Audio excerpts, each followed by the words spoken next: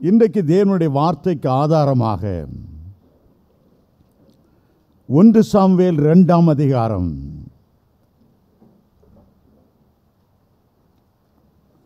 8ஆம் வசனத்தை நான் வாசிக்கிறேன். 1 சாமுவேல் 2ஆம் அதிகாரம் 8வது வசனம். அவர் சிறியவனை புழுதியிலிருந்து எடுத்து எளியவனை குப்பையிலிருந்து உயர்த்துகிறார். அவர்களை பிரபுக்களோடு உட்காரவும் மகிமையுள்ள சிங்காசனத்தை சுதந்தரிக்கவும் பண்ணுகிறார். பூமியின் அஸ்திபாரங்கள் கர்த்தருடையவைகள், அவரே அவைகளின் மேல் பூச்சக்கரத்தை வைத்தார். இன்றைக்கு நம்ம பரலோகத்தில் உள்ள 5 முக்கியமான காரியங்கள், பரலோகமாக செய்யக்கூடிய, நம்முடைய வாழ்க்கை இனிமையாய் மாற்றக்கூடிய ஒரு 5 காரியங்களை குறித்து நாம் பேசுவதற்கு முன்பாக, முதலாவது நான் சொன்ன அந்த வசனத்தை மீண்டும் ஒரு முறை வாசிக்க விரும்புகிறேன். அவர் சிறியவனை புழுதியிலிருந்து எடுத்து எளியவனை குப்பையிலிருந்து உயர்த்துகிறார். மனுஷனை ஆண்டவர் உருவாக்கும் போது மண்ணிலிருந்து உருவாக்கினார். மண்ணென்று நினைவு கூறுகிறார். நம்மளை பெரிய வைரத்திலிருந்து, தங்கத்திலிருந்து, முத்துக்களிலிருந்து உருவாக்கவில்லை. எல்லாராலும் மிதிக்கப்படுகிற மண். ஆதாம் ஏவாளை ஆண்டவர் சொன்னார், நீ மண்ணிலிருந்து எடுக்கப்பட்டாய், மண்ணுக்கு திரும்புவாய். மண் என்பது எல்லாராலும் மிதிக்கப்படுகிறது.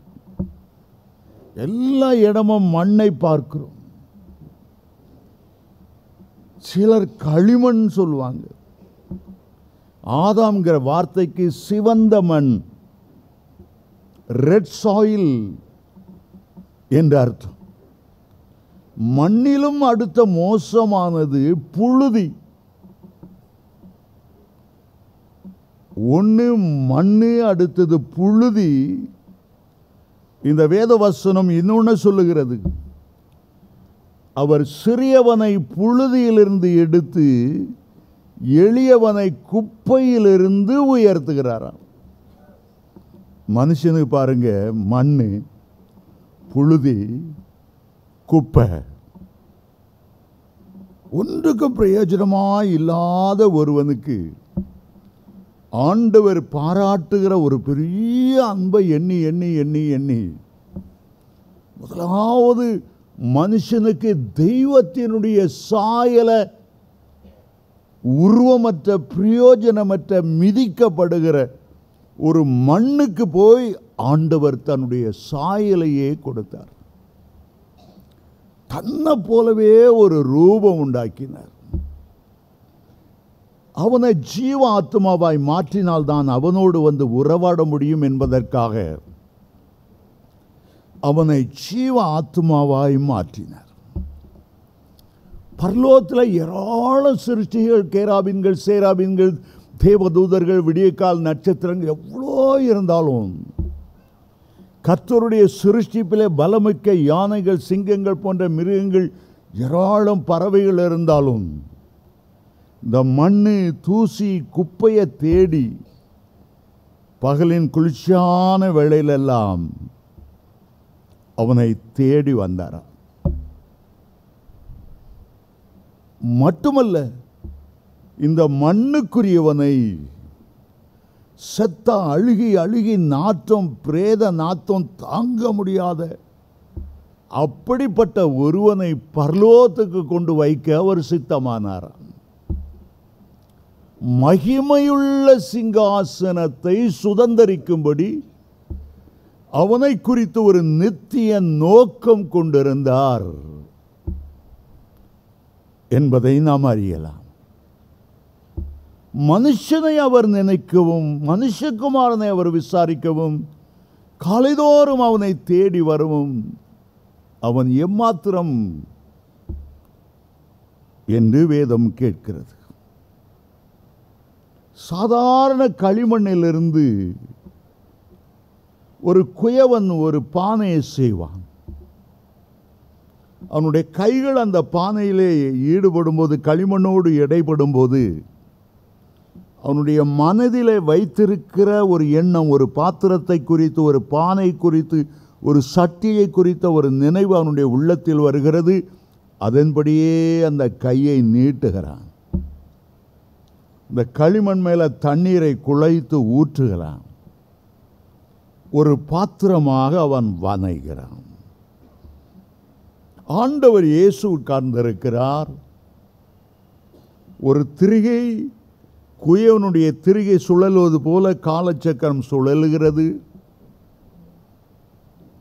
களிமண்ணை பிசைந்து அதில் ஏற்றுகிறார். அவருடைய கைகள் வனைய ஆரம்பிக்கிறது. சாதாரண குயவன் ஒரு மண்பாண்டத்தை வனைவான். ஆனால் இயேசு கிறிஸ்து தண்ணீரை ஊற்றியல்ல, அவருடைய துளையிடப்பட்ட கரத்தை நீட்டி நம்மை வனையும் போது 2 கரங்களிலிருந்து குபு குபு குபு என்று இரத்தம் வழிகிறது. இந்த களிமண் மேல தேவனுடைய இரத்தம் விழுந்ததுனால அது கிருபையின் பாத்திரமாய் மாறுகிறது.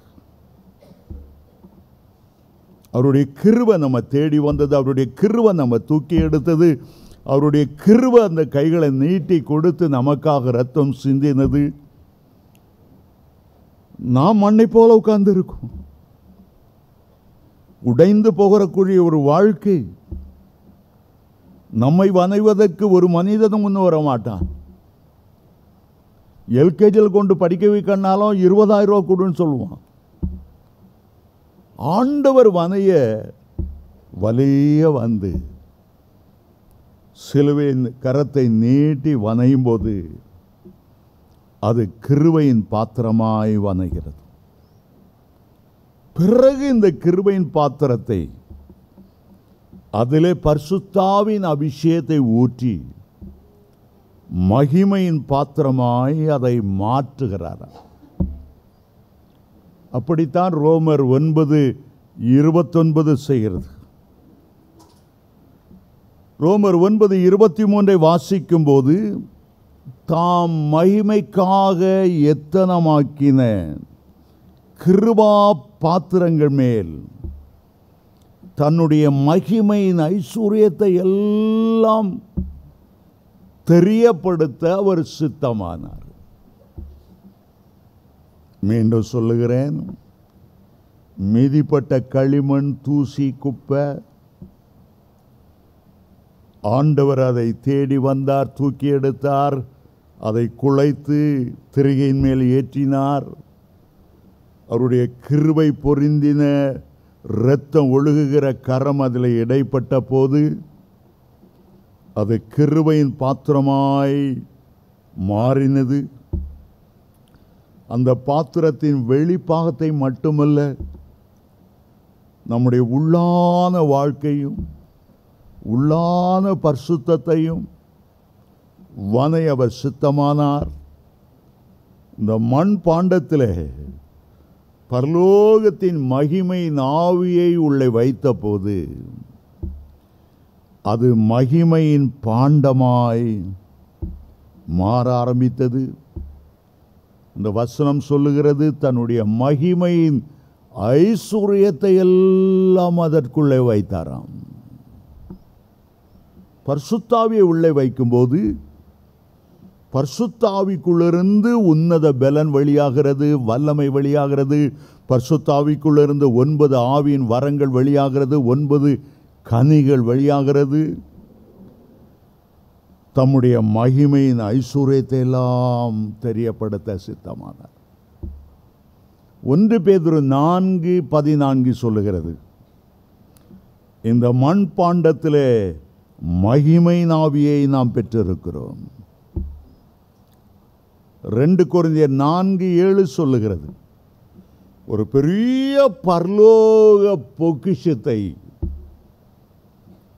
ஒரு பெரிய மகிமை ஆவியை ஆண்டவர் ஒரு நோக்கத்தோடு நமக்குள்ளே வைத்திருக்கிறார். நாம் யாராயிருந்தோம்? மண்ணாயிருந்தோம், தூசியாயிருந்தோம், புழுதியாயிருந்தோம், குப்பையாயிருந்தோம். மகிமை ஆவியானவரை ஏன் நமக்குள்ளே வைத்திருக்கிறார்? உள்ளே இருந்து நம்ம இயேசுவை போல மாற்றணும், இயேசுனுடைய சுபாவத்தை கொண்டு வரணும், இயேசுனுடைய சாயலில் நாம் பரிபூர்ணப்படணும். ஆதாம் ஏவாள் பாவம் செய்து இழந்து போன தேவ சாயலாய் மாறணும். அந்த நோக்கத்துக்காக அந்த மகிமை ஆவியானவர் நமக்குள்ளே கிரியை செய்கிறார். கிறிஸ்துவின் மணவாட்டியாய் மாற்ற வேண்டும் என்று. என் புறாவே, என் ரூபவதியே, என் உத்தமியே என்று பரலோக பிதா புகழும்படி அவருக்கு ஏற்ற ஒரு மணவாட்டியாய் நம்முடைய இன்னர் மேன், உள்ளான மனுஷனை வணைய வேண்டும் என்ற ஒரு நோக்கத்தோடு அவர் கிரியை செய்கிறார். ஆண்டவருடைய பெரிய நோக்கம் என்ன? மண்ணுக்குரியவனை பரிசுத்த ஆவியானவரால் வணைந்து நமக்கு ஒரு ரிசல்ட் வருகிறது போல, பூமிக்குரிய வாழ்க்கையில் ஒரு ரிசல்ட் எப்போ வருகிறது என்றால், பிப்பிப்பீன்னு அந்த இக்கால சத்தம் துணிக்கும் போது நாம் மறுரூபப்படுகிறோமே, மகிமையின் மேல் மகிமை அடைகிறோமே, தேவ சாயலாய் மாற்றப்படுகிறோமே. அந்த ஒரே ஒரு நோக்கத்துக்கு +2 படிக்கிறவங்க, காலேஜ் படிக்கிறவங்க டியூஷன் வைப்பாங்க. என் பிள்ளை எப்படியாவது மெடிக்கல் காலேஜில் சேரணும், கம்ப்யூட்டர் சயின்ஸ் எடுத்து படிக்கணும். அந்த ஒரு பெரிய உத்தரவாதத்தை, ஒரு பெரிய வேலையை நமக்குள்ளே தங்கியிருக்கிற ஆவியானவர் ஒவ்வொரு வினாடி நேரமும் அந்த பூரணத்துக்கு நேராக, எபிரேயர் 1:6 சொல்லுகிறது போல, பூரணத்தை நோக்கி நாம் கடந்து செல்வோமாக. என்ன பூரணம்? இயேசுவை போல மாறணும். என்ன உம்மை போல மாற்றப்பா. என்னை காண்கிறவர்கள் என்னிலே என்னை அல்ல, என்னிலே உம்மை காணும்படி உம்முடைய பூரணம் எனக்குள்ளே வாசம் பண்ணட்டும். மனுஷனை குறித்த ஒரு அநாதி நோக்கம் என்ன? மகிமையுள்ள சிங்காசனத்தை சுதந்தரித்துக் கொள்ளணும். மீண்டும் இந்த வசனத்தை வாசிக்கிறேன், கவனிங்க.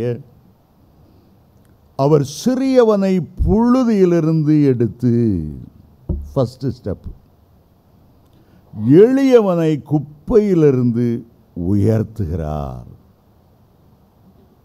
அடுத்து சொல்லுகிறார், அவர்களை பிரபுக்களோடு உட்கார பண்ணுகிறார்.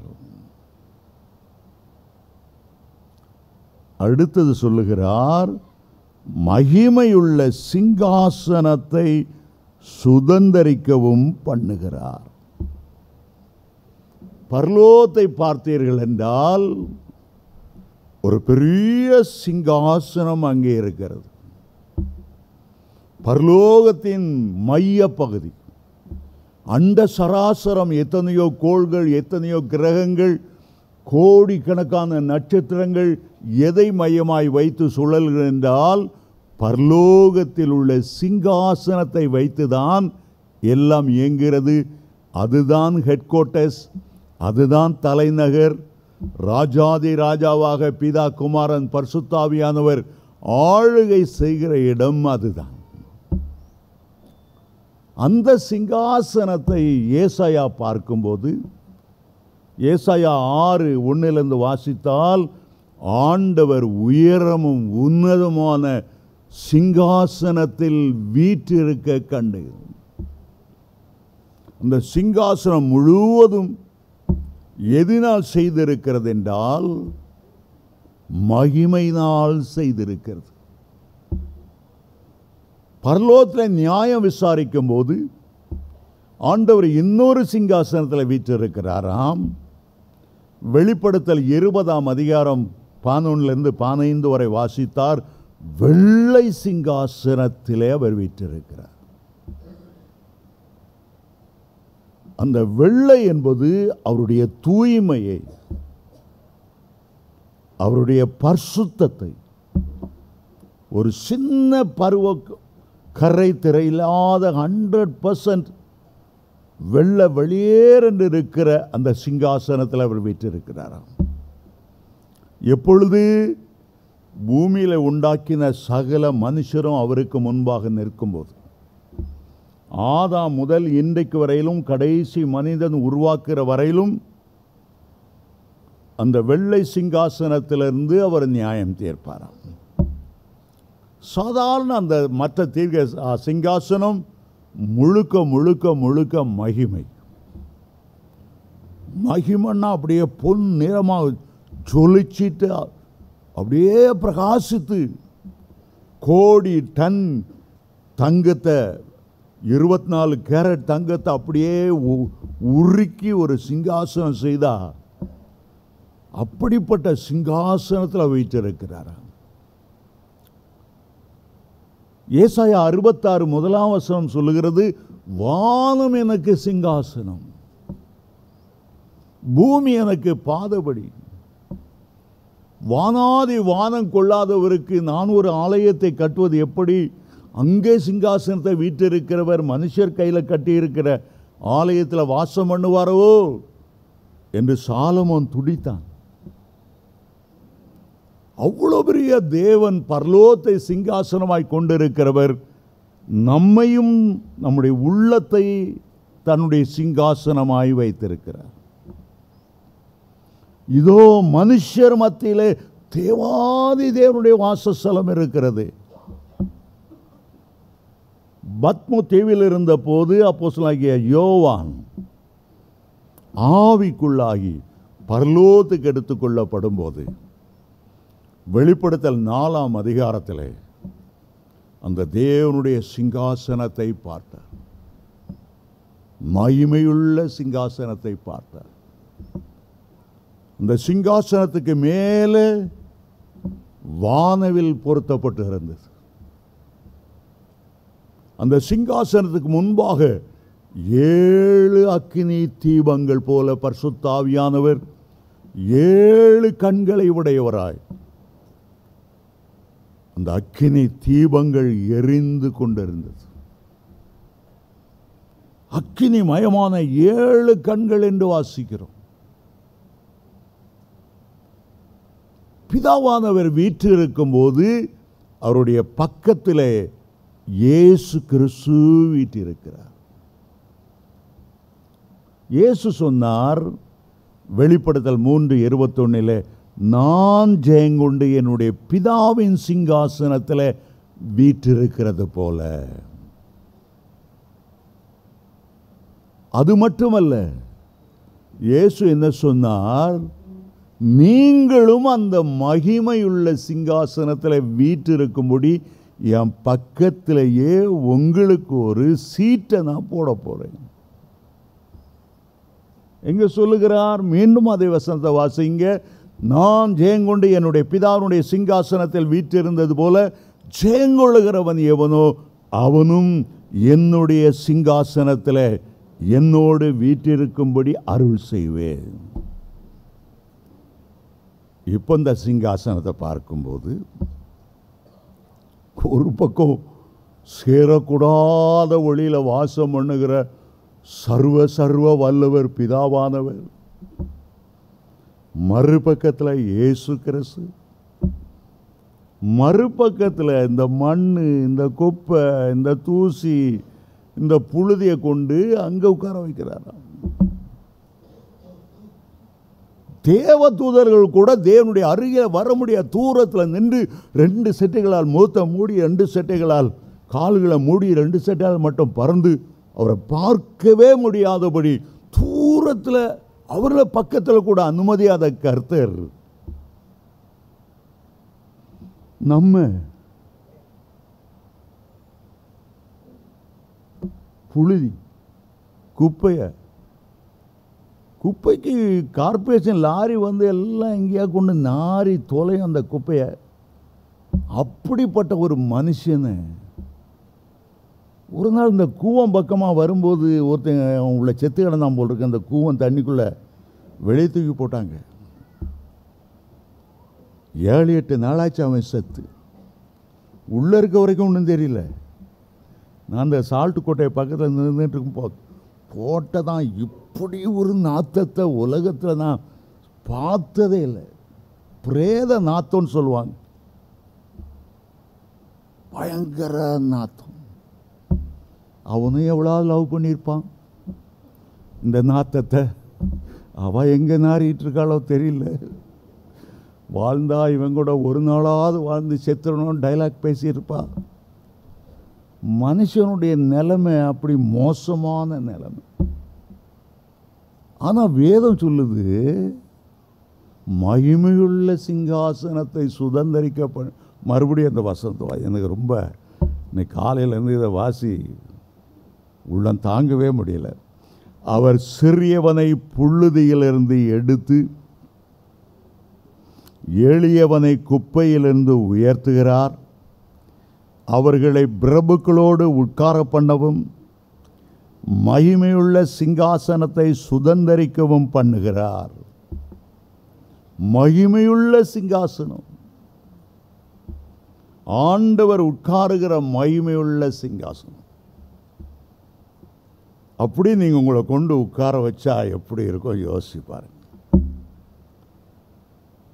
கீழே பார்க்குறீங்க, எல்லா துறைத்தனங்களுக்கும் அதிகாரங்களுக்கும் சர்வத்துக்கும் மேலாக இருந்து மேலேருந்து கீழே பார்த்தா பூமி ஒரு சின்ன எலுமிச்சம்பழம் மாதிரி அப்படியே சுற்றிட்டு இருக்கு. அதை தாண்டி அப்படியே கீழே பார்த்தா நரகம் தெரியுது. சாத்தான் அப்படியே கொம்பு வச்சுட்டு உள்ளே இருக்கான். புழு மாதிரி ஏராளம் பேர் துடிச்சிட்டு இருக்காங்க. அங்கே போக வேண்டிய ஆசாமிகளுடைய வாழ்க்கையில் இயேசுனுடைய கிராஸ் பண்ணனால நம்ம மீட்கப்பட்டோம். நரகத்திலேருந்து, பாதாளத்திலேருந்து, சாசிலேருந்து, நித்திய அக்கினியிலேருந்து, வேதனையிலேருந்து தாக்கப்பட்டோம். அங்கே இருந்து அலறான், ஆண்டவரே ஒரு சான்ஸ் தரக்கூடாதா, பூமியில் வந்து உமை கூலியும் செய்வேன். இவ்வளோ பேர் அலறான். அவங்கெல்லாம் கீழே கிடக்கும்போது மகிமையுள்ள சிங்காசனத்தில் உட்கார்ந்து அண்ட சராசரங்க லட்சக்கணக்கான நட்சத்திரங்கள் எல்லாம் பார்க்கும்போது தாவீது சங்கீதம் 8 சொல்லுகிறார், நீர் உண்டாக்கின சூரியனையும் சந்திரனையும் இவையெல்லாம் பார்க்கும்போது மனுஷனை நீ நினைக்கிறதற்கும் அவனை விசாரிக்கிறதற்கும் அவன் எம்மாத்திரம். தேவ தூதரிலும் அவனை சிறியவனாய் சிருஷ்டித்தீர், கனத்தினாலும் மகிமையினாலும் முடிசூட்டினீர். பரலோகத்துக்கு போகும்போது நம்முடைய உள்ளத்தை அசைப்பது முதலாவது வார்த்தையால் வர்ணிக்க முடியாத சந்தோஷம். ஆண்டவர் என்ன தேடி வந்தார், பெரிய சந்தோஷம். என்னை தூக்கி எடுத்தார், சந்தோஷம். சிலுவையண்டை கொண்டு போனார், சந்தோஷம். உடைய இரத்தத்தை என் மேலே ஊற்றினார், சந்தோஷம். என் அதிகாரம் கொடுத்தார், வல்லமை கொடுத்தார், ஆளுகை கொடுத்தார், பிசாசின் மேலே ஜெயங்கொண்டார். இந்த பூமியில் வாழும்போது என்னை வலுவாதபடி பாதுகாத்து கொண்டார். தம்முடைய மகிமையுள்ள சன்னிதானத்தில் என்னை மாசற்றவனாய் நிறுத்தினார். தேவ தூதரிலும் என்ன அதிகமாய் நேசித்தார். விழுந்து போன தேவ தூதர்களுக்கு அவர் கை கொடுக்கவில்லை, எனக்கு அவர் கை கொடுத்தார். இந்த பூமியில் இந்த மறுரூபமாகிற ஒரு நேரம் இருக்குப்பாங்க.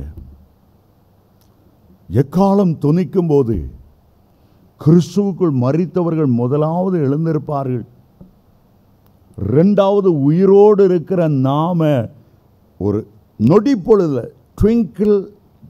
ட்விங்கிள் ஆஃப் அன் ஐ, கண்ண மூடி திறக்கிறதுக்குள்ள நம்ம மறுரூபமாக்கப்படுவோம். அழிவுள்ள இந்த சரீரம் அழியாமையை தரித்துக் கொள்ளும், சாவுக்கு ஏதுவான சரீரம் சாவாமையை தரித்துக் கொள்ளும். அற்பமான இந்த சரீரம் தேவனுடைய மகிமையின் சாயலுக்கு ஒப்பாக மாறிவிடும். நமக்குள்ள அவ்வளோ மாற்றங்க. சோறு சாப்பிட வேண்டியதே இல்லை, அப்படிப்பட்ட உடம்பெல்லாம் போச்சு. தூங்கி தூங்கி தூங்கி எழும்புற அந்த சரீரமெல்லாம் போச்சு. இரவு பகல் மகிழ்ந்து களி கூறக்கூடிய ஒரு சரீரமாக மாறிது. நமக்கே நம்ம பாடியை பழைய பழச காணலையே. சப்ப மூக்கா இருந்துச்சு, நல்ல மூக்காயிட்டேன். நம்ம முகம் பார்க்க எப்படி இருக்குமா? 1 யோவான் 3:2 சொல்லும்போது, அவர் வெளிப்படும் போது அவர் இருக்கிற வண்ணமாக நாம் அவரை தரிசிப்பதினாலே அவருக்கு ஒப்பாக மாறிவிடுவோம். நம்ம எல்லாம் குட்டி இயேசு மாதிரி இருப்போமா? எல்லாரும் ரொம்ப மகிமை. அது வெள்ளைக்காரங்களுடைய முகமெல்லாம் கிட்டே வர முடியாது, ஜப்பான்கார முகமும் கிடையாது, இந்தியா வேண்டவே வேண்டாம். இயேசுடைய பிரகாசமான மகிமையின் ஒளி நம்மளை பிரகாசிக்க ஆரம்பிச்சிடும். நம்ம இயேசுவை போல மாற்றப்படும். அப்போ நமக்கு எவ்வளோ சந்தோஷமாக இருக்கும், எவ்வளோ சந்தோஷமாக இருக்கும். அந்த நேரம் தான் எக்கால சத்தம் துணிக்கும் போது தான் நீங்கள் உலகத்தை விட்டு வேறுபட்டவங்க, உங்களை மறுரூபமாக்குறதுக்கு உங்களுக்குள்ளே இருக்கிற பரிசுத்த ஆவியானவர் உங்களுக்கு உதவி செய்தார். அந்த பரிசுத்த ஆவியானவர் தான் உங்களை மகிமையின் மேலே மகிமையடை செய்கிறது, மறுரூபமாக்குறது. பரிசுத்த ஆவியை நீங்கள் பெற்றிருக்கிறது எவ்வளோ பெரிய சந்தோஷம். இந்த மாறுதல் ஏற்படும்னா நமக்குள்ள 3 காரியம் மிக முக்கியமானது.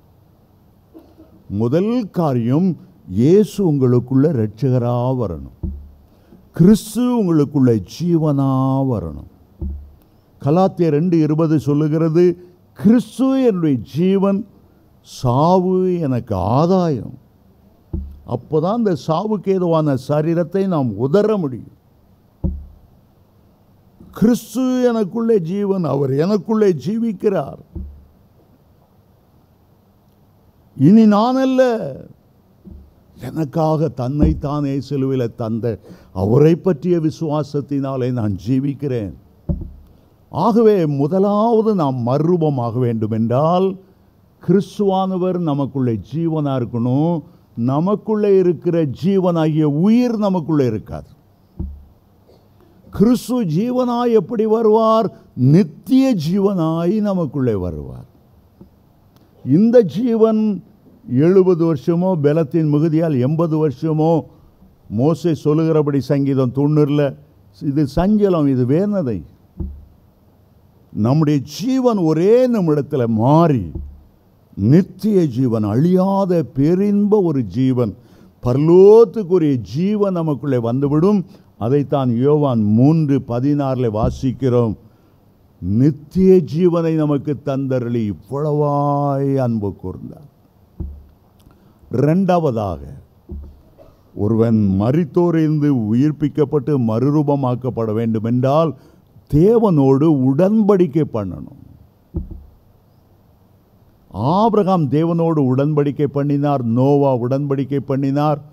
புதிய ஏற்பாட்டில் நம்ம ஞானசாந்தியின் மூலமாய் உடன்படிக்கை பண்ணுகிறோம். ரோமர் 6:4-5 கிறிஸ்துவனுடைய மரணத்துக்குள்ளாகிற ஞானஸ்தானத்தில் அவரோடு உடன்படிக்கை பண்ணுகிறோம். ஞானஸ்தானம் என்பது வெளியே சாதாரணமானது. ஞானஸ்தானமானது ஒரு சடங்காச்சாரத்தை போன்றது.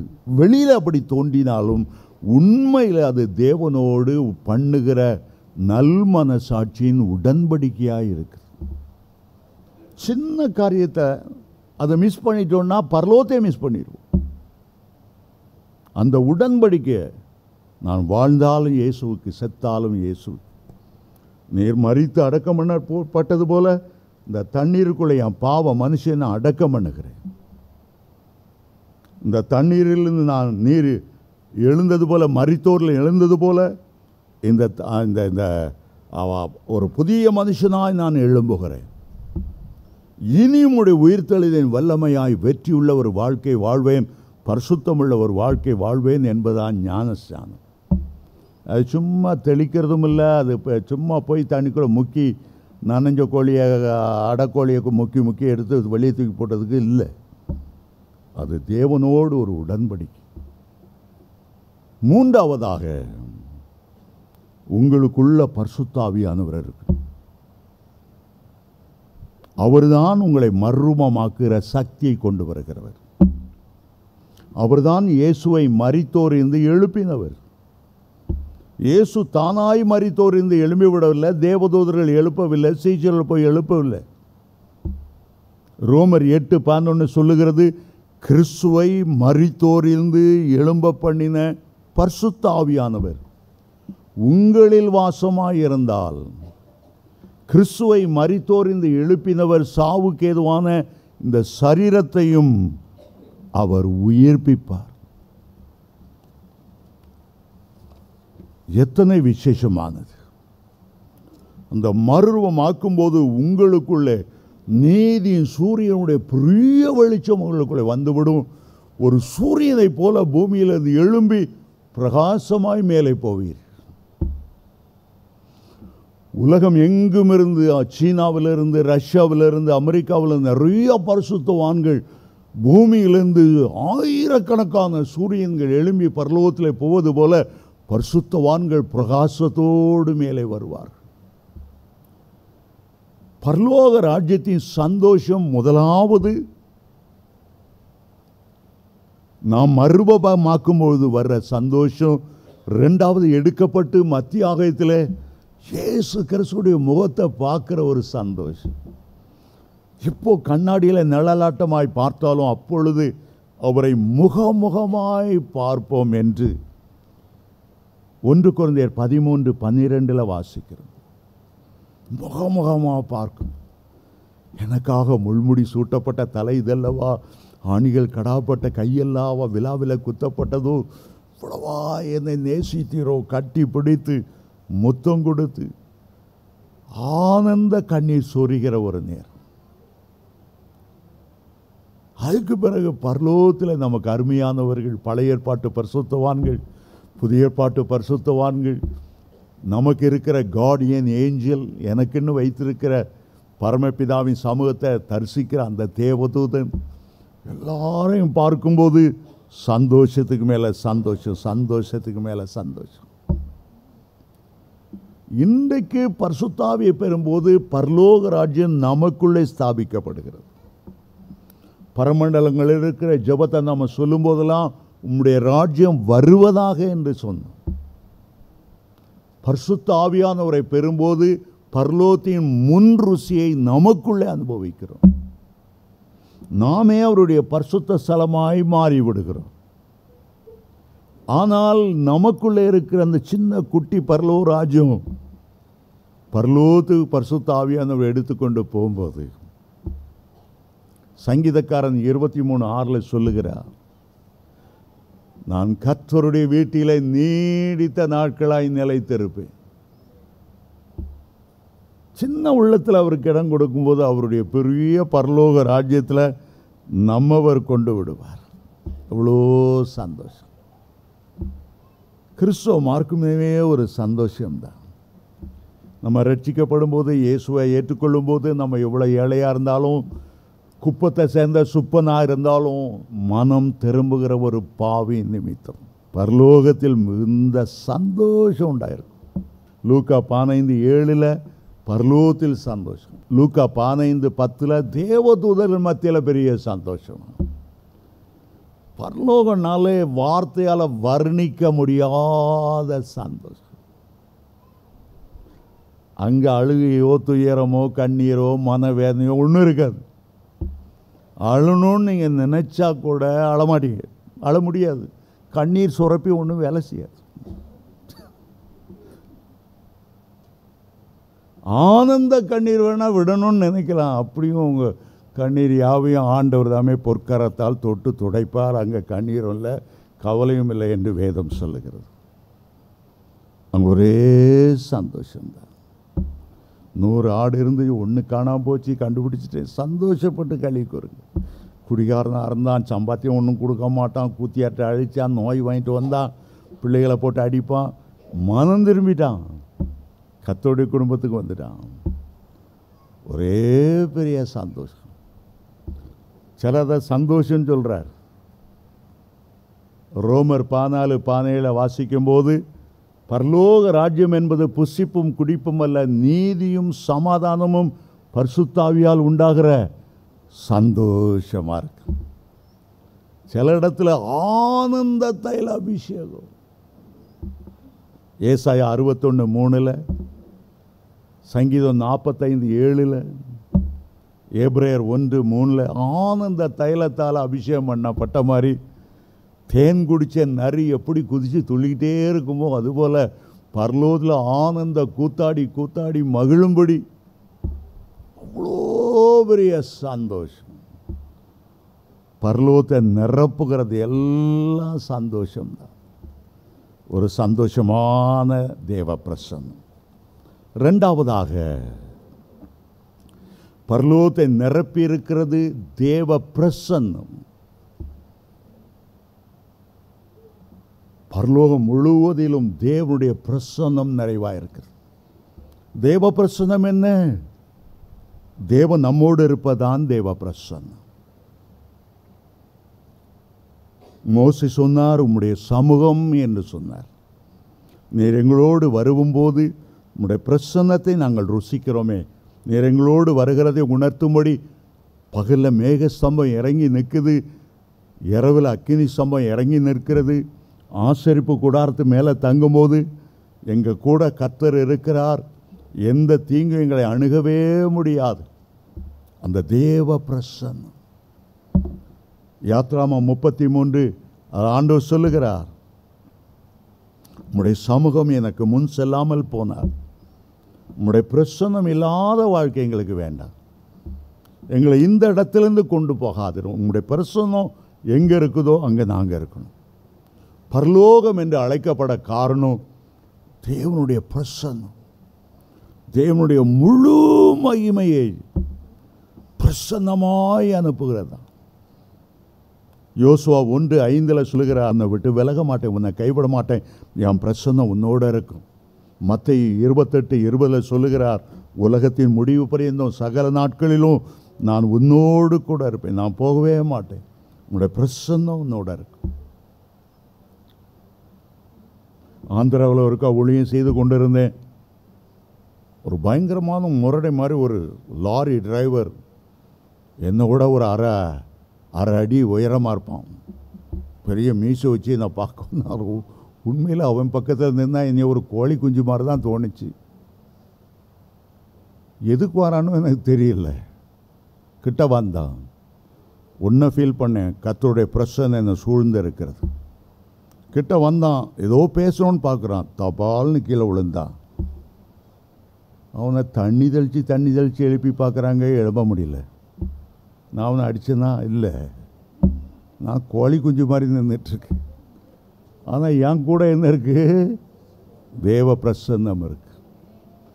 அபிஷேகத்தில் நிறையும் போது, தேவ பிரசன்னம் வரும்போது அப்படியே விழுந்துருவாங்க. தேவ சமூகத்தில் அதிக நேரம் காத்திருந்து ப்ரீச் பண்ண வரும்போது ஜனங்கள் கீழே விழுறதுக்கு காரணம் என்ன? தொடாமலே விழுவாங்க. சிலர் வைக்க நினைக்கிறவங்க தலையில் கழிச்சு அப்படி தள்ளி விட்டால் தான் விழுவாங்கன்ட்டு. அது தேவையே இல்லை. நமக்குள்ள காட்ஸ் பிரசன்ஸ் வரும்போது தொட வேண்டிய அவசியமே இல்லை. அந்த தேவ பிரசன்னம்தான் விழும்படி செய்கிறது. அதை விட்டுவிட்டு நம்ம மாம்சத்தில் விழுந்தாத்தான் பேய் ஓட்டிச்சு, விழுந்தாத்தான் என் மேலே அதில் அனாயிண்டிங் இருக்குன்னு மற்றவங்க அப்படி குறுக்கோளியில் போகவே கூடாது. கர்த்தருடைய பிரசன்னம் வந்தால் அது ஆட்டோமேட்டிக்காக நடக்கும். உலகத்தில் ஆயிரக்கணக்கான சர்ச் இருக்கலாம், ஏன் ஏலிம் சபை வித்தியாசமானது?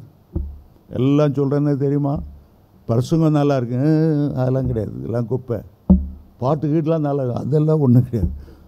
ஆண்டவர் இறங்கி வர்றதான் அந்த தேவ பிரசன்னம் தான் ஒரு ஆலயத்தின் மகிமை. இவ்வளோ பெரிய கூட கோபுரம் வச்சிருக்கலாம், பெரிய சர்ச்சு, கோபுரம் வச்ச சர்ச்சு, பெல்லெல்லாம் அடிக்கலாம், 3 மாடி 4 மாடி இருக்கலாம். கட்டடத்தை வைத்து ஒன்றும் இல்லை. தேவ பிள்ளைகள் ஒருமனப்பட்டு ஆண்டவரை துதிக்கும் போது தேவ பிரசன்னம் இறங்கி வருகிறது. சாலமோன் ஆலயத்தில் 2 நாளாகமம் 5:14 கீத வாத்தியங்களை பாடி இசைத்த போது மேகங்கள் வந்ததாம், பிறகு அக்கினி வந்ததாம், பிறகு மகிமை வந்ததாம். ஆசாரியர்களோ கூட நிற்க முடியல, தபால் என்று விழுந்துட்டாங்க. ஒரு உண்மையான ஆலயம்னா தேவ பிரசன்னத்தால் நிரம்பி இருக்கிறது. அந்த ஆலயம் பரலோகம் முழுவதும் இருப்பது ஆண்டவருடைய பிரசன்னம், ஆண்டவருடைய மகிமை. மூன்றாவதாக பரலோகத்தை நிரப்புகிற மூன்றாவது ஒரு காரியம் ஒரு தேவனுடைய அன்பு. அன்புக்கு எங்கிருந்து அன்புக்கு அந்த ஊற்று பிதா தான். நம்முடைய கர்த்தராகிய இயேசு கிறிஸ்துவின் கிருபை, பிதாவாகிய தேவனுடைய அன்பு,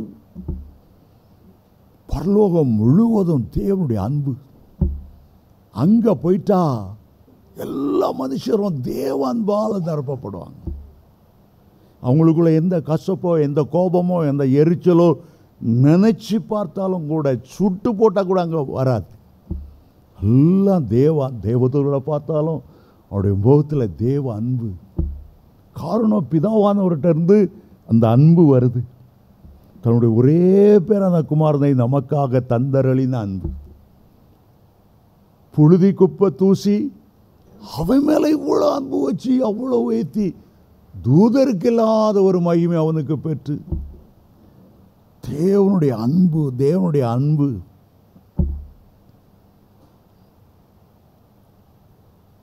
ஒரு தேவனுடைய மனுஷன் 14 நாள் கல்வாரி அன்பை பற்றியே பேசிட்டு இருந்தாராம். ஒவ்வொரு நாளும் ஆண்டவருடைய ஒரு அன்பை எடுப்பார்.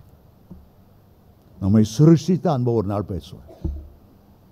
நம்ம தேடி வந்த அன்பை, பாவிகளோடு தன்னை இணைத்து கொண்டு அவங்களோடு பந்தி இருந்த அன்பை, மன்னிக்கிற அன்பை, விழுந்தாலும் தூக்கி எடுக்கிற அன்பை, மார்போடு அணைத்து கொள்ளுகிற அன்பை, ஒவ்வொரு நாளும் பல கோணங்களில், தூரத்தில் தெய்வமாக எப்படி அன்பு கூர்ந்தார், தகப்பனாய் எப்படி அன்பு கூர்ந்தார், தாயை போல எப்படி நேசித்தார், ஒரு சிநேகிதனை போல எப்படி அன்பு கூர்ந்தார், ஆத்தும நேசரா, ஒவ்வொரு நாளும் தேவ அன்பை பற்றி அப்படியே சொல்ல சொல்ல ஜனங்கள் உருக்கிடுவாங்க. 14வது நாள் கடைசி நாள் கூட்டத்தில் அவர் சொன்னார், என் கையில் மட்டும் ஒரு யாக்கோபோடு ஏணி இருந்தால் அதை பரலோகத்து நேராக சாட்சி வச்சு கிருகிருன்னு ஏணியில் மேலே போவேன், கேப்ரியல் தூதன் ப்ளீஸ் கம் கூப்பிடுவேன். 14 நாளாக என் மக்களுக்கு தேவ அன்பை பற்றி எக்ஸ்பிளைன் பண்ணி என்னால் முடியல. நீ வந்து அந்த பரலோக தேவனுடைய அன்பு, பரலோகம் எப்படி முழுவதும் தேவ அன்பால் நிரம்பி இருக்க கொஞ்சம் சொல்லு. அவனுக்கு வார்த்தையே இல்லை. இவ்வளவாய் உலகத்தில் அன்பு கூர்ந்தார். 2 கரத்தை நீட்டி சிலுவையில் இவ்வளவாய் அன்பு கூர்ந்தார். இவ்வளோ, அதுக்கு மேலே கை போக மாட்டேங்குது. சிலுவையில் ஆணிகளை கடவப்பட்ட அவ்வளோவாய் அன்பு கூர்ந்தார். அதுக்கு மேலே ஒன்றும் சொல்ல தெரியல. பரலோகம் முழுவதிலும் தேவ அன்புதான் இளையோடிக்கொண்டே இருக்கும். 4வதாக பரலோகத்தை நிரப்புகிற அடுத்த காரியம் என்னவென்றால், பரலோகத்தில் உள்ள ஒவ்வொருவருடைய தாழ்மை. இயேசு கிறிஸ்துவிடத்திலிருந்து 2 காரியங்கள். ஒன்று அவருடைய கிருபை வெளிப்படுகிறது, அடுத்தது அவருடைய தாழ்மை. பரலோகத்தில் உள்ள எல்லா பரிசுத்தவான்களும் ஒருவரை ஒருவர் தாழ்த்தி மற்றவர்களை உயர்த்தி நன்மையாய் பேசுவாங்க. ஒருத்தருக்கு ஒருத்தர் பணிவிடை செய்வாங்க.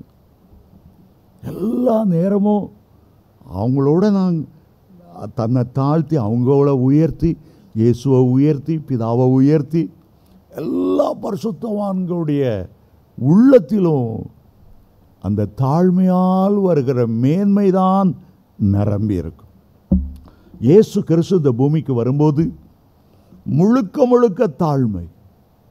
ஆகவே தான் யோவான் 13ஆம் அதிகாரம் 4ஆம் வசனத்தை வாசிக்கும்போது, பந்தியை விட்டு எழுந்து சீஷருடைய காலு கீழே போய் உட்கார்ந்து, அவங்களெல்லாம் சேரில் உட்கார வச்சுட்டு இவர் தரையில் உட்கார்ந்து அந்த காலை பிடித்து பிடித்து பிடித்து பிடித்து கழுவினார். அவையெல்லாம் செய்யணும்னு அவசியம் இல்லை. ஆனால் நமக்கு ஒரு முன்மாதிரியை காண்பிக்கும்படி காலை பிடிச்சி கழுவினார். எத்தனை பேர் கம்யூனியனில் சில நேரங்கள் சில ஆலயங்களில் கால் கழுவி கம்யூனியன் எடுத்தீங்களோ தெரில. நான் ஒரு ஆலயத்துக்கு போனேன், வருஷத்துக்கு ஒரு தடவை காலை பிடிச்சி கழுவணும். இயேசுநாதருடைய முன்மாதிரி. அங்கே கிராமத்தை சேர்ந்த ஒரு வயசான தாத்தா, படிப்பிரிவில்லாத ஏழை, சரியாக துணியும் இல்லை. அவர் அந்த ஆலயத்துக்கு வந்தார். ஐயா உங்கள் காலை கழுவலாமான்னு கேட்டேன். சரின்னு சொன்னார். ஆனால் அவர் காலை பார்த்தா அவனும் சிறங்கு. காலை பார்த்தா கண்ட குப்பையில் மிதித்து கக்காவிலையும் மிதிச்சுட்டு வந்திருப்பார் போல் இருக்கு. நாறுது. இந்த காலை பிடிச்ச உண்மையிலேயே ஒரு தேவனுடைய அன்பு என் இருதயத்தில் ஊற்றப்பட்டதை உணர்ந்து, இயேசு மீன் பிடிக்கிற படிப்பிரிவில்லாத நாகரிகம் இல்லாதவங்க காலை கழுவுனார்னா அது எவ்வளோ தாழ்மை. பரலோகத்தில் பெருமைங்கிறதே இருக்காது, மேட்டிமைங்கிறதே இருக்காது, பந்தா பண்ணுறதே இருக்காது. அர்ப்பனுக்கு வாழ்வு வந்தால் அர்த்த ராத்திரி கொடை பிடிப்பாங்க. அப்படிப்பட்ட ஒருத்தன் அங்கே வரமாட்டான். பரலோகத்து போனால் ஆண்டவர் என்ன செய்வாராம்? வேதம் சொல்லுகிறது, அவர் அறையை கட்டி கொண்டு நம்மளெல்லாம் பந்தி உட்கார சொல்லி, லூக்கா 12:37 அவர் சொல்லுகிறார், தன்னுடைய அறையை இயேசு அறை கட்டுறாராம். இயேசு அறையை கட்டி அவர்களை பந்திருக்க செய்து சமீபமாய் வந்து அவர்களுக்கு ஊழியம் செய்வார். பூமியிலிருந்து வர்ற தேவனுடைய பிள்ளைகளுக்கு, இந்த மண்ணுக்கு, இந்த புழுதிக்கு, இந்த குப்பைக்கு அந்த ராஜாதி ராஜா அங்கே போனால் நம்ம நினைக்கிறோம் அவர் பெரிய ராஜாதி ராஜாவாக இருப்பார். இல்லை, அவருடைய தாழ்மை ராஜாதி ராஜாவாக இருந்தாலும் நம்மளை பந்தி உட்கார சொல்லி அவரே சாம்பார் மாதிரி ஒரு பரலோக ஒரு இனிமையான பானத்தை ஊற்றி நம்மளை உபசரிப்பார். தாழ்மை, தாழ்மை. ஆண்டவருக்கு பிரியமானது தாழ்மை. சாத்தான் கொண்டு வந்தது பெருமை. பெருமையுள்ளவர்களுக்கு கர்த்தர் எதிர்த்து நிற்கிறார். தாழ்மையுள்ளவர்களுக்கு ஆண்டவர் கிருபை அளிக்கிறார். அந்த கிருபையினால தான் நம்ம பரலோகத்து போகிறோம். ஆவியில் எளிமை உள்ளவர்கள் பாக்கியவான். பரலோக ராஜ்யம் அவர்களுடையது. ஆவியில் ஒரு எளிமை பெருமை கிடையாதையா. எப்போதும் மற்றவர்களுக்கு நான் ஒரு பணிவிடைக்காரனாய் இருப்பேன். கர்த்தருக்கு முன்பாக நான் தாழ்மையோடு நடந்து கொள்வேன். விசுவாசிகளுக்கு முன்பாக தாழ்மையோடு நடந்து கொள்வேன். ஒரு புது விசிட்டர்ஸ் வந்தால் கூட நான் தாழ்மையோடு நடந்து கொள்வேன் என்று நீங்கள் சொல்வீர்கள் என்றால், ஆண்டவரே நீர் எவ்வளோதான் என்னை ஆசீர்வதித்து ஆவியின் வரங்கள் 9 தந்தாலும் கூட தாழ்மையோடு நடந்து கொள்வேன். ஆண்டவரே என்னை தாழ்த்தி உம்மையே உயர்த்தி கொண்டே இருப்பேன். அதுதான் பரலோகத்தினுடைய குணாதிசயம். 5வதாக பரலோகத்தில் காணப்படுகிற ஒன்று, பரலோகம் முழுவதும் பரிசுத்தம், பரிசுத்தம், பரிசுத்தம். பிதாவானவர் தெய்வீக அன்பை பரலோகம் முழுவதற்கும் ஊற்றுகிறார். இயேசு கிறிஸ்து தன்னுடைய தாழ்மையை, கிருபையை ஊற்றுகிறார். பரிசுத்த ஆவியானவர் பரலோகம் முழுவதற்கும் பரிசுத்தத்தை கொண்டு வருகிறார். பூமியிலேயே நமக்கு ஆண்டவர் பரிசுத்தத்தை தருகிறார். 4 முக்கியமான காரியங்கள் நமக்குள்ளே பரிசுத்தத்தை கொண்டு வருகிறது. முதலாவது, இயேசுவின் இரத்தம் சகல பாவங்களை நீக்கி பரிசுத்தத்தை ஆரம்பிக்கிறது. சிலுவையின் அடிவாரத்தில்தான் நான் ஒரு பாவி என்று நொறுங்குண்ட இருதயத்தோடு ஒருவன் தாழ்த்தும் போதுதான் இந்த பரிசுத்தத்தை அவன் பெற்றுக்கொள்ளுகிறான். 2வது, அவன் வாசிக்கிற அந்த பரிசுத்த வேதாகமம். யோவான் 17:17 உடைய சத்தியத்தினால் என்னை பரிசுத்தமாக்கும். வசனம் நம்மை பரிசுத்தமாக்கிறது. 3வது, 1 தீமோத்தேயு 4:5 நீங்கள் வாசிப்பீர்கள் என்றால், ஜெபம் ஜெபம் ஜெபம், தேவனுடைய பிள்ளைகளுடைய ஐக்கியம் நம்மை பரிசுத்தமாய் மாற்று. ஆலயத்துக்கு அசுத்தத்தோடு வரலாம், குற்ற மனசாட்சியில் வாதிக்கப்பட்டு வரலாம். சகோதரர்கள் ஒருமித்து வாசம் பண்ணும்போது ஒருவர் மேல் உள்ள அக்கினி மற்றொரு மேல் பரவி ஒரு பரிசுத்தம், ஒரு சுத்திகரிப்போடு சந்தோஷமாய் நாம் கடந்து செல்ல முடிகிறது. அதுபோல நமக்குள்ளே தங்கியிருக்கிற பரிசுத்த ஆவியானவர், ரோமர் 15:15 பரிசுத்த ஆவினால நம்ம பரிசுத்தமாக்கப்படுகிறோம். பரலோகத்தின் அழகு அந்த பரிசுத்தத்தின் அழகு தான். ஆண்டவர் எவ்வளோ அருமையான குணாதிசயங்கள், அன்புள்ளவர், தயவுள்ளவர், காருண்யமிக்கவர், எவ்வளோ ஆண்டவரை பற்றி சொல்லிக்கொண்டே இருக்கலாம். ஆனால் கேராபீன்கள் அவைகளை சொல்லுகிறதை பார்க்கிலும் முதலாவது பரிசுத்தர் பரிசுத்தர் பரிசுத்தர். 3 முறை பிதாவாகிய தேவன் பரிசுத்தர், குமாரனாகிய இயேசு பரிசுத்தர், பரிசுத்தாவியானவர் பரிசுத்தர். ஏசாயா 6:3 அதை வாசிக்கிறோம். வெளிப்படுத்தல் 4:8 இருந்தவரும் இருக்கிறவரும் வருகிறவருமாகிய தேவனாகிய கர்த்தர் பரிசுத்தர் பரிசுத்தர் பரிசுத்தர் என்று இரவும் பகலும் ஓய்வில்லாமல் பரலோகத்திலே சொல்லிக்கொண்டே இருந்தார்கள். நம்முடைய வாழ்க்கை பரலோகத்துக்கு ஆயத்தப்படுத்துகிற ஒரு வாழ்க்கை. 5 காரியங்களை நான் சொன்னேன். பரலோக சந்தோஷம். 2வது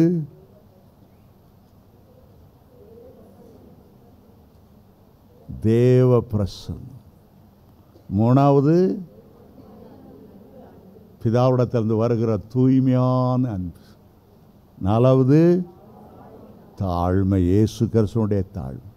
5வது பரிசுத்தாவியானவர் தருகிற பரிசுத்தம். இதெல்லாம் நாம் பூமியிலே நம்மை ஆயத்தப்படுத்துவதற்காக கர்த்தர் இதை நம்ம கொடுத்திருக்கிறார். ஒவ்வொரு நாளும் இந்த 5 காரியத்தை என் வாழ்க்கையில் காணணும். ஆண்டவரே, எப்போதும் உடைய பிரசன்னத்தை நான் உணரணும், உம்மை நான் நேசிக்கணும், இன்னும் நான் பரிசுத்தப்படுத்தணும். சாதாரண எனக்கு இவ்வளோ மேன்மை பாராட்டி பூமியில் ஏதோ கொஞ்ச நாள் வாழ்ந்தோங்கிறதுக்காக பரலோகத்தில் நித்திய கிருபையோடு இறங்கி பரலோக சிங்காசனத்தையே எனக்கு கொடுக்க முன் வருகிறேன். என்னுடைய அறிவுக்கு எட்டாத ஆச்சரியமாக இருக்கிறது. இப்படி என் மேலே அன்பு கூர்ந்தீதே, அநாதி ஸ்நேகத்தால் ஸ்நேகித்தீரே. எத்தனையோ முறை வழி விலகி போகும்போதெல்லாம் நம்முடைய உருக்கமான இரக்கங்களினால் சேர்த்து கொள்ளுகிறீரே, நன்றி அப்பா என்று சொல்ல நாம் கடமைப்பட்டு இருக்கிறோம். அடுத்த வாரமும் நான் தொடர்ந்து பேச விரும்புகிறேன். பரலோக ராஜ்யத்தின் ரகசியங்கள். இது 13வது வகுப்புன்னு நினைக்கிறேன். 13. இன்னும் எத்தனை இருக்குது? இன்னும் 17 இருக்குது. தொடர்ந்து வாருங்கள். முடிவில் உங்களுக்கு அழகு சர்டிஃபிகேட், நீங்கள் சர்டிஃபிகேட் இன் பிப்ளிக்கல் ஸ்டடீஸ் என்று சொல்லி உங்களுக்கு கொடுத்து உங்களை கௌரவிக்கவிருக்கிறோம். ஆகவே முடிந்தவரை அட்டன் பண்ணுங்கள். ஒரு நாள் மிஸ் பண்ணால் பரவாயில்ல, ஓயாமல் மிஸ் பண்ணி கிரீடத்தை இழந்துடாதுங்க. God bless you.